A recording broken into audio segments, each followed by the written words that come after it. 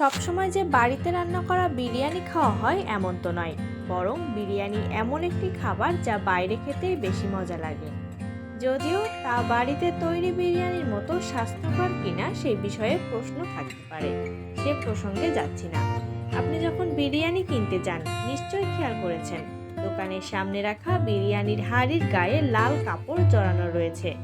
কখনো কি মনে প্রশ্ন জেগেছে এই লাল কাপড় জড়িয়ে রাখার কারণ কি হতে পারে? যদি বিরিয়ানি খেতে ভালোবাসেন তবে জেনে নিন বিরিয়ানির হাঁড়িতে লাল কাপড় জড়িয়ে রাখার ইতিহাস। লাল রঙকে সবসময় আভিজাত্যের প্রতীক হিসেবে ধরা হয়। বিশেষ কোনো অতিথিকে বরণ করার জন্য পাতা হয় লাল গালিচা। অনেকে বিশ্বাস করেন বিরিয়ানির হাঁড়িতে লাল রঙের কাপড় বাঁধা হয় ক্রেতার দৃষ্টি আকর্ষণ করার জন্য। কিন্তু এই ধারণা মোটেই ঠিক নয়, বরং এর পেছনে জড়িয়ে অন্য ইতিহাস। সাম্রাজ্য হারিয়ে মুঘল সম্রাট হুমায়ুন যখন ইরানে আশ্রয় নিয়েছিলেন, তখন তাকে পারস্য সম্রাট লাল গালিচায় উষ্ণ অভ্যর্থনা জানিয়েছিলেন।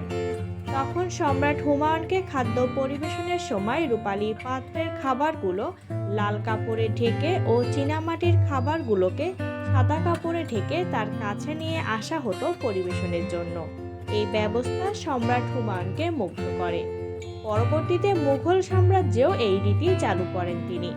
এরপর লখনৌ শহরের নবাবরাও খাবার পরিবেশনের এই প্রথা ও রঙের ব্যবহার করা শুরু করে দেন। মূলত রাজকীয় ও দামি খাবার বোঝানোর জন্যই বিরিয়ানির হাঁড়ির গায়ে লাল কাপড় জড়িয়ে রাখার চল শুরু হয় তখন থেকে।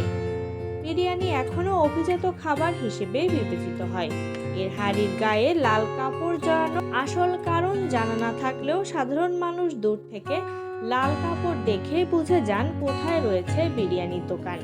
এরপর পছন্দের দোকান থেকে পছন্দের বিরিয়ানি কিনে খাওয়া আরও সহজ হয়ে যায়।